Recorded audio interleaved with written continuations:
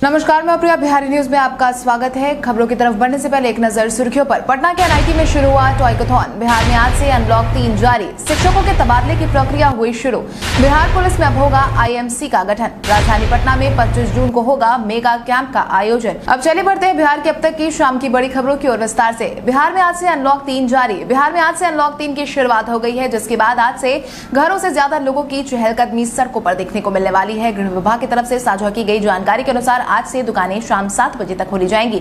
इसके साथ ही सरकारी और निजी कार्यालय भी आज से पूरी क्षमता के साथ 5 बजे तक काम करेंगे। इसके साथ ही आज रात 9 बजे से नाइट कर्फ्यू की शुरुआत होने वाली है, जो कि सुबह 5 बजे तक जारी रहेगी। इसके साथ ही शादी समारोह में अब 20 की बजाय 25 लोगों के सम्मिलित होने की अनुमति दे दी गई है। वहीं 12 बजे दोपहर तक पार्कों को भी खोलने का ऐलान जारी किया गया है। हालांकि सरकार ने संभावित लहर को देखते हुए मॉल, स्कूल, कॉलेज, कोचिंग संस्थान और धार्मिक स्थल को बंद रखने का आदेश फिलहाल जारी रखा है।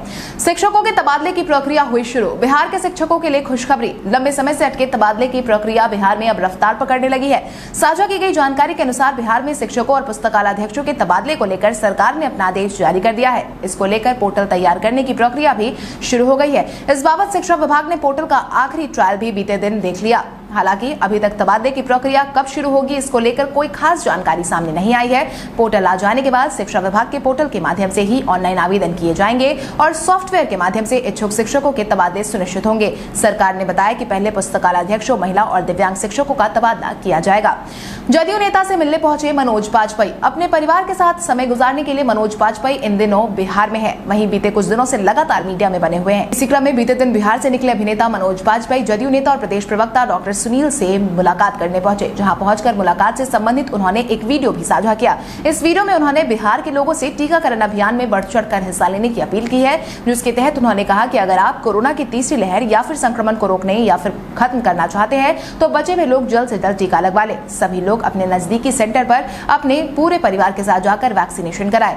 ट्रेन से हो रही थी कछुए की तस्करी। बीते दिन कछुए के तस्करों का भांडाफोड़ हुआ है। मिली जानकारी के अनुसार सासाराम रेलवे स्टेशन पर ऋषिकेश हावड़ा योग नगरी एक्सप्रेस 3010 डाउन के कोच संख्या 7 से चेकिंग के दौरान आरपीएफ के जवानों ने 4 बैग में रखे 48 जिंदा कछुए को पुलिस ने बरामद किया है। हालांकि कछुए से भरा बैग ट्रेन में किसने रखा, इसके बारे में कोई जानकारी आरपीएफ को नहीं मिली है। फिलहाल कछुए को जब्त कर आगे की कार्रवाई की जा रही है। आपकी जानकारी के लिए आपको बता दें कि आरपीएफ के जवान ट्रेनों की रूटीन चेकिंग कर रहे थे। इसी दौरान पुलिस कर्मियों को ट्रेन में लावारिस बैग मिले। जब पुलिस कर्मियों ने बैग की तलाशी ली तो उसमें से कछुए बरामद हुए। मुख्यमंत्री नीतीश कुमार ने दिल्ली जाने पर रोहिणी आचार्य ने कसा तंज। मुख्यमंत्री नीतीश कुमार के दिल्ली जाने पर रोहिणी आचार्य ने कसा तंज। मुख्यमंत्री नीतीश कुमार बीते दिन राजधानी दिल्ली पहुंचे हैं, जहां जदयू की तरफ से मिली जानकारी के अनुसार मुख्यमंत्री नीतीश कुमार आंख का इलाज करवाने दिल्ली गए हैं। वहीं विपक्ष बार बार इस यात्रा को मंत्रिमंडल विस्तार से जोड़ रहा है। इसी बीच राजनीति में हाल ही में सक्रिय हुए रोहिणी आचार्य ने भी नीतीश कुमार की यात्रा को लेकर तंज कसा, जिसके तहत उन्होंने लिखा कि जब संभल नहीं रहा राज्य तो क्यों नहीं कुर्सी से उतर जाते। जनमत के चोरों के सरदार खुद अपनी नाकामी का ही ढोल पीट रहे। आंखों के इलाज के लिए भी बिहार छोड़ दिल्ली जा रहे हैं। घूमने निकले डॉक्टर ठाकुर प्रसाद ने पकड़ी 32 किलो की रोहू मछली। सहरसा जिले के नवहट्टा में 32 किलो की रोहू मछली पकड़ी गई है। यह मछली अपने आकार और वजन की वजह से कौतूहल का विषय बन गई है। इस मछली को डॉक्टर ठाकुर प्रसाद ने सहरसा जिले के नवहट्टा में कोसी नदी से पकड़ा है। इस मछली का वजन ज्यादा होने के कारण उसे उठाने में परेशानी हो रही है। जब इस मछली के पकड़े जाने की खबर सामने आई तो आसपास के लोग वहां जमा हो गए। आपको बता दें कि डॉक्टर प्रसाद घूमने के लिए गए थे, जहां उन्होंने यह मछली पकड़ी। आपको ये भी बता दें कि डॉक्टर प्रसाद हड्डी रोग के विशेषज्ञ हैं। डॉक्टर प्रसाद मछली नहीं पकड़ते हैं, वो लोगों का इलाज करते हैं। अगर आप सहरसा से ताल्लुक रखते हैं तो आप डॉक्टर ठाकुर प्रसाद को अपना नर्सिंग होम वहां पर है, वहां पर आप जाकर अपना इलाज करवा सकते हैं। साथ ही चिल्ड्रन पार्क के पास में है और वहां हड्डी से संबंधित परेशानियों का इलाज करवा सकते हैं। बिहार पुलिस में अब होगा आईएमसी का गठन। मंगलवार को बिहार के नीतीश कुमार की अध्यक्षता में कैबिनेट की बैठक बुलाई गई थी। इस बैठक में कुल 5 एजेंडों पर मुहर लगी। मंत्रिपरिषद की बैठक में बिहार पुलिस में इन्वेस्टिगेशन मॉनिटरिंग सेल के गठन को लेकर स्वीकृति दी गई, जिसके तहत बिहार पुलिस में आपराधिक मामलों की जांच की निगरानी को लेकर एक नई टीम का गठन होने जा रहा है, जिसके तहत इन्वेस्टिगेटिंग मॉनिटरिंग सेल यानी कि आईएमसी के रूप में सीआईडी के नए सेल का गठन जल्द ही कर दिया जाएगा, जो कि 69 लोगों की बड़ी टीम होगी।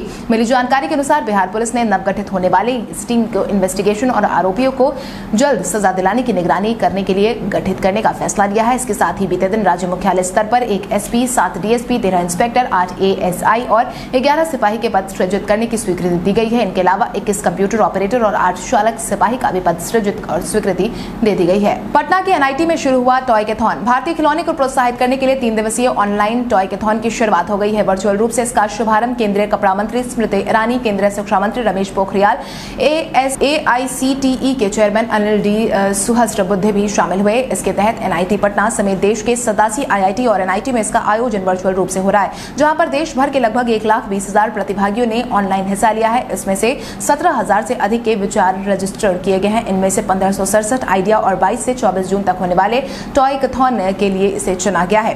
राजधानी पटना में 25 जून को होगा मेगा कैंप का आयोजन। राजधानी पटना में 25 जून को मेगा कैंप का आयोजन होने वाला है, जिसकी जानकारी जिलाधिकारी चंद्रशेखर सिंह ने दी है, जिसके तहत उन्होंने बीते दिन टीकाकरण अभियान को गति प्रदान करने और सफल एवं सुव्यवस्थित संचालन सुनिश्चित कराने के लिए अनुमंडल और प्रखंड स्तरीय अधिकारियों के साथ जूम के माध्यम से बैठक की, साथ ही आवश्यक दिशा निर्देश भी दिए, जिसके तहत ही उन्होंने कहा कि राजधानी पटना में टीकाकरण की गति को रफ्तार देने के लिए 25 जून को 87,000 व्यक्तियों के टीकाकरण का लक्ष्य निर्धारित कर पूर्व की भांति अपने जुनून और जज्बे के साथ आपसी समन्वय एवं सहयोग से एक बार पुनः नया कीर्तिमान स्थापित करना है। इसके साथ ही जिलाधिकारी के निर्देश पर प्रखंडवार एक पंचायत का चयन कर 100% व्यक्तियों का टीकाकरण 1 सप्ताह के भीतर सुनिश्चित कराने की दिशा में अभियान जारी है।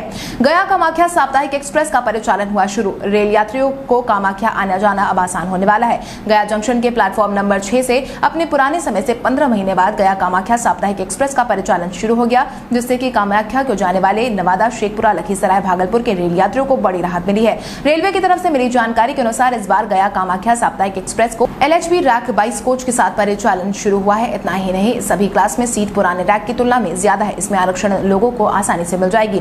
संकट की घड़ी में साथ नहीं मिलने से निराश दिखे हनुमान। खुद को प्रधानमंत्री मोदी का हनुमान बताने वाले चिराग भाजपा की तरफ से साधी गई चुप्पी को लेकर काफी निराश दिखे। इस दौरान चिराग ने कहा कि उनके पिता रामविलास पासवान और वो हमेशा प्रधानमंत्री नरेंद्र मोदी और भाजपा के साथ चट्टान की तरह खड़े रहे, लेकिन जब इस कठिन समय में उनके हस्तक्षेप की उम्मीद थी तो भगवा दल साथ नहीं था। चिराग ने कहा है कि अभी भी मोदी में विश्वास कायम है। उन्होंने आगे कहा कि अगर आपको घेरा जाता है, धकेला जाता है और कोई फैसला लेने के लिए मजबूर किया जाता है तो पार्टी सभी संभावनाओं पर विचार करेगी। लोजपा को अपने राजनीतिक भविष्य के बारे में इस आधार पर निर्णय लेना होगा कि कौन उसके साथ खड़ा है और कौन नहीं।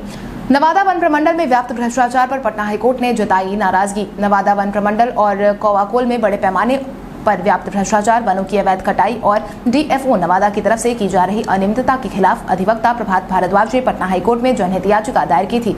इसको लेकर ही बीते दिन पटना हाईकोर्ट ने इस मामले पर संज्ञान लिया है। साथ ही कोर्ट ने इस मामले में नाराजगी भी जाहिर की, जिसके बाद अब पटना हाईकोर्ट ने इस मुद्दे को लेकर सरकार से 4 हफ्ते में जवाब की मांग की है। आपको बता दें, यह पूरा मामला नवादा वन प्रमंडल में वनों के क्षेत्रीय प्रभारी के रूप में अवधेश झा को लेकर है। अवधेश झा पर पूर्व में ही आय से अधिक संपत्ति को लेकर विजिलेंस केस दर्ज है, जिसमें उन्हें अंतरिम राहत तो मिली थी, बावजूद इसके नवादा वन प्रमंडल जैसे महत्वपूर्ण जगह पर उनकी पोस्टिंग हुई है। मुख्यमंत्री की दिल्ली यात्रा पर अब कांग्रेस ने कसा तंज। मुख्यमंत्री नीतीश कुमार की दिल्ली यात्रा बिहार के राजनीतिक गलियारे में चर्चा का विषय बनी हुई है। यही कारण है कि लगातार विपक्षी दल की तरफ से बयानबाजी की जा रही है। इसी क्रम में राजद के बाद अब कांग्रेस ने भी तंज कसा है, जिसके तहत कांग्रेस के वरिष्ठ नेता और विधान पार्षद प्रेमचंद मिश्रा ने अपना बयान जारी करते हुए कहा कि मुख्यमंत्री डॉक्टर को आंख दिखाने गए हैं या प्रधानमंत्री नरेंद्र मोदी को पटना और राज्य में आंख के अस्पताल है, बेहतर डॉक्टरों की टीम है, इसके बावजूद आंख जांच के लिए दिल्ली जाने की जरूरत पड़ जाना राज्य की स्वास्थ्य सेवाओं की विश्वसनीयता पर सवाल है। कांग्रेस नेता ने कहा कि ऐसा प्रतीत हो रहा है कि वे राजनीतिक आंख दिखाने गए होंगे। सूरजभान सिंह ने लोजपा कार्यकर्ता से की मुलाकात। लोजपा के पूर्व सांसद सूरजभान सिंह और नवादा के सांसद चंदन सिंह ने पार्टी को एकजुट करने के लिए और ज्यादा से ज्यादा समर्थन के लिए कवायद शुरू कर दी है। इसी क्रम में ये दोनों बीते दिन नवादा जिले पहुंचे, जहां इन दोनों ने कार्यकर्ताओं से मुलाकात की, साथ ही पार्टी को लेकर मीडिया से बातचीत भी की, जिसके तहत उन्होंने कहा कि पार्टी में किसी प्रकार की कोई फूट नहीं है। मीडिया द्वारा फैलाई जा रही खबरें पूरी तरीके से अफवाह है, जबकि ऐसी कोई बात नहीं है। कौन क्या बोल रहा है उस पर हम ध्यान नहीं देते। लोक जनशक्ति पार्टी रामविलास पासवान की पार्टी है और आगे भी रहेगी। यह केवल पारिवारिक मतभेद है जो बहुत ही जल्दी सुलझा लिया जाएगा। हर परिवार में थोड़े बहुत उतार चढ़ाव होते ही हैं। देश में कोरोना के मिले 50,000 से ज्यादा मामले। देश में मंगलवार को कोरोना के 50,784 मामले सामने आए हैं। इस दौरान 68,529 लोग ठीक हुए हैं और 1,359 लोगों की मौत हुई है। इस तरह एक्टिव केस यानी कि इलाज करा रहे मरीजों की संख्या 19,122 की कमी उसमें देखने को मिली है। इसके साथ ही देश में कोरोना संक्रमितों का कुल आंकड़ा 3 करोड़ के पार पहुंच गया है। कोरोना के काबू होते हालात के बीच 9 राज्यों में अब भी रोजाना 1,000 से ज्यादा मामले सामने आ रहे हैं। इसमें महाराष्ट्र, केरल, कर्नाटक, तमिलनाडु, आंध्र प्रदेश, पश्चिम बंगाल, उड़ीसा, तेलंगाना और असम राज्य शामिल है। केरल में तो यह आंकड़ा 12,000 से भी ज्यादा है।